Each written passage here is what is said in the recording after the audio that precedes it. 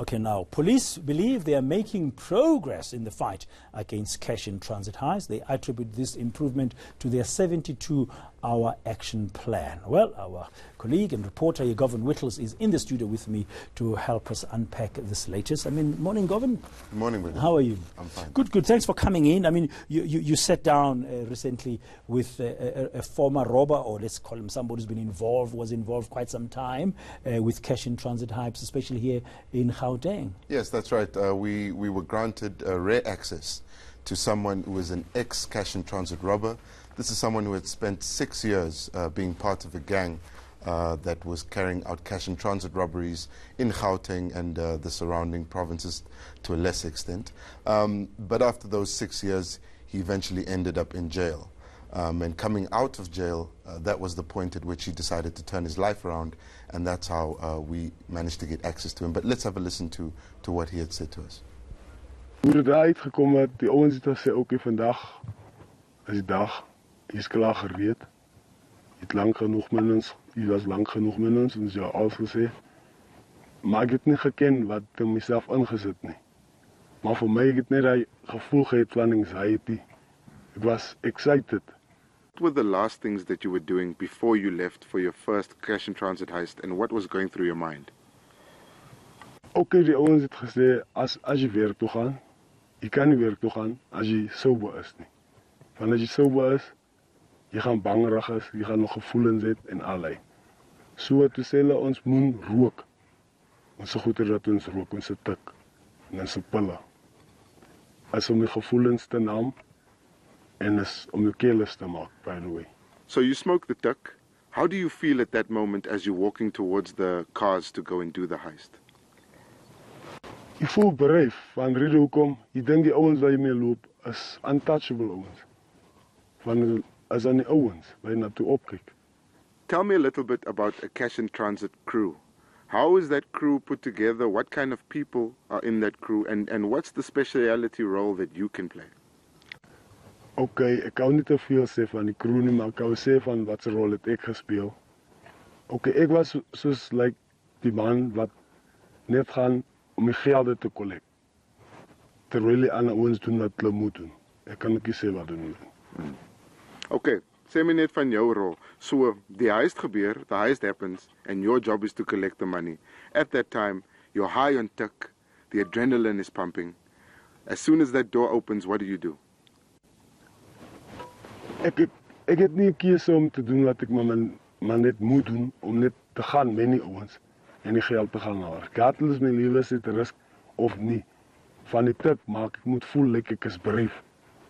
So die ouens hulle doen hulle goeders wat hulle moet doen en ek kom ek doen wat ek moet doen. Ek vat en ek loop. Is your first cash-in-transit heist successful? Ja, gemaak ek moet beter brave voel, ek moet voel die is my werk wat ek moet doen. Tell me about the first moment when the police arrived while you were doing a cash-in-transit heist, or you were chased down by the police, and what that was like. The first time the police chased us, was die tyd toe wat ek gedink het om te sê, joh, hier kom het nou. Maar die ouens in die kar het gesê, moenie worry nie. Die is soos normal, die is dat kom in die werk. Die mense doen hulle werk, ons doen se werk klaar gedoen. Ons moet nou net by die huis uitkom. The first time when you got away successfully, was there shooting from the police? Ja, daar was skietery soos ek gesê het. Daar was 'n mannetjie geskiet in die kar. Ek kan ook nie te veel sê van hy nie. Ja, maar die main ding is ons het weggekom. And while they were shooting, what was going through your head? And what was the conversation like in the car? Ook ek het gedink hier gaan ons en die ouens het my gesien in my gesig en toe kalmeer hulle my. Toe sê hulle my om te sê die is wat gebeur met die lyn van werk. Die mense wat skiet op ons is maar net mense wat hulle werk doen. Ons het ons werk klaar gedoen. Of course, as much as the police are prepared, the guys that are doing the cash-in-transit heist are also very well prepared if the police come. Is there anything that happens that to prepare you for a possible shooting? Ja, kyk, daar is nog 'n crew wat ry om 'n crew te secure wat die geld het, maar kan ook nie te veel in detail gaan nie. As a foot soldier, someone whose job it was to get into the van and collect the money, were you ever given an opportunity to rise up the ranks and get a more important responsibility? Ja, daar was het tijd dat die ouens gesê het, oké, ons gaan uit weer op 'n werk, ons gaan sien hoe staan jy weer, dan gaan ons op nog een nary en dan sal ons jou 'n hoër rang gee. Soos jy sal 'n skieter word. And how did you feel about that opportunity? Ek het gevoel meer, kan ek sê, ek voel belangrik. Ek voel die ouens, hulle gee om vir my. What went wrong that eventually led to you being caught? Oké, ons was op 'n huis, ek wil nie in detail gaan van wat was dit nie. Ons was uit op 'n huis, maar ons het nie geken, daar was 'n tip of nie, van een van die mense wat ons afgehoor het, so. En so is het gegaan, toe het ons kom, toe was het 'n setup. So the police had been waiting for you already, and it was a setup. The moment that you realized that you could be going to jail and this was a setup, what was your first thought and how did you react? My eerste gedagte was, ek hoef nie te worry nie. Ek is aan met die ouens, no matter wat wil hê, en al gaan ek tronk toe, hulle sal my uithaal. Dis al wat ek kan sê. And eventually you did get caught? Ja, All right, and you went to jail for this? yes. While you were in jail, what were you thinking? In die tronk het ek gebesef om te sê dat daar is nie eintlik mense regtig buite vir jou nie. Daar's net jou familie. Van hy is die enigste mense wat jy sien wat vorentoe kom as. Van daar so die ouens by my gewees is buite. Hulle worry nie weer van jou nie. So jy was maar net gebruik vir hy tydjie. Om te kry wat hulle soek. En is ook nie hulle nie. As iemand agter hulle. As soos 'n chain of command, that's what they call it. Just wondering, Govan, just towards the end there of that exclusive interview with this former cash-in-transit heist robber, you asked him, he got caught, he went to jail. For how long was he in jail? Well, but then he was in jail for 1.5 years only. And that's because when he was arrested and appeared in court, he was only charged with the robbery. As he said in the package, his job was, after the truck had been essentially hijacked and stopped, his job was to jump out of the car and get the money in the truck. So because of that, he wasn't found with any weapons on him, wasn't charged with armed robbery. He hadn't been shooting the gun, so there wasn't any attempted murder. So it was just a robbery case, and he was in for 1.5 years only. Okay, now from afar we see these cash-in-transit heist reports, we see the guns and they look very strong and very professional and like they're well-trained. Just very briefly, how did you feel talking to this person? Well, at first I was taken aback by the person's age. Not that much older than I am. And then I was taken aback by how frank and calm the description of cash-in-transit heists was.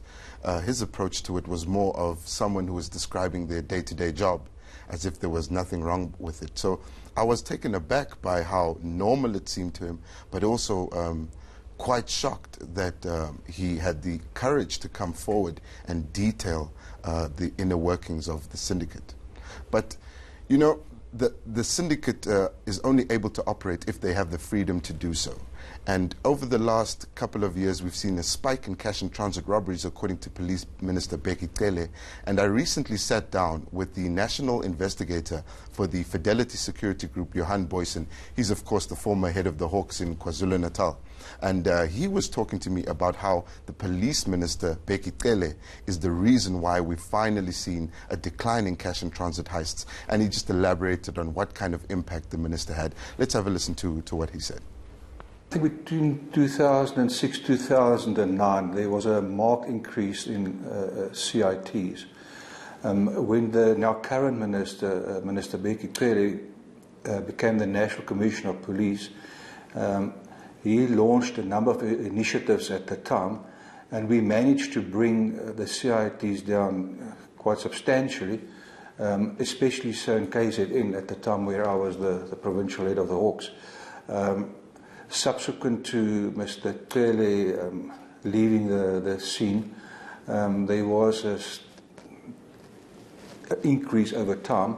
But I think about a year or so ago, there was a spike in CITs, like we hadn't seen since 2006, 2009.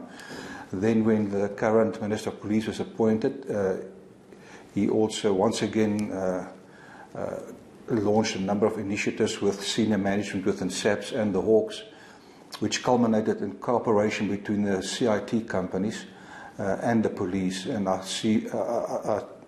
would surmise it's because of that cooperation and those initiatives that we've seen a drastic decrease in CITs in the country.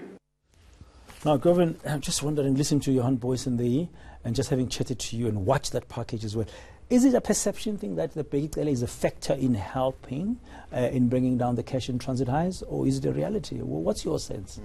Within the police, it would definitely seem as if that perception does exist, that Bekele is able to make the difference, especially with regards to cash in transit heists. But the reality needs to be at least looked at from the point of view of Bekele's absence from the police force after he left as police commissioner, between that and him being reappointed. Now, during this time, former General Johan Boysen was saying, General Ntlemeza, the former head of the Hawks, had decided to take the responsibility of investigating cash and transit heists away from the Hawks and delegate it to detectives. So in a precinct, you would have a detective one morning investigating shoplifting, and then the next morning having to deal with the cash and transit heist. And during this time, there was a spike in cash and transit heists. So the reason why that responsibility was taken away from the Hawks is not yet known. But what we do know, at least from Johan Boysen, is that every time the police minister comes in, he seems to have a better relationship not only with private security companies, but also with the officers investigating. Police minister is in the person of Bekele. That's correct. Okay, thank you very much, Govan, for sharing all of those insights with us.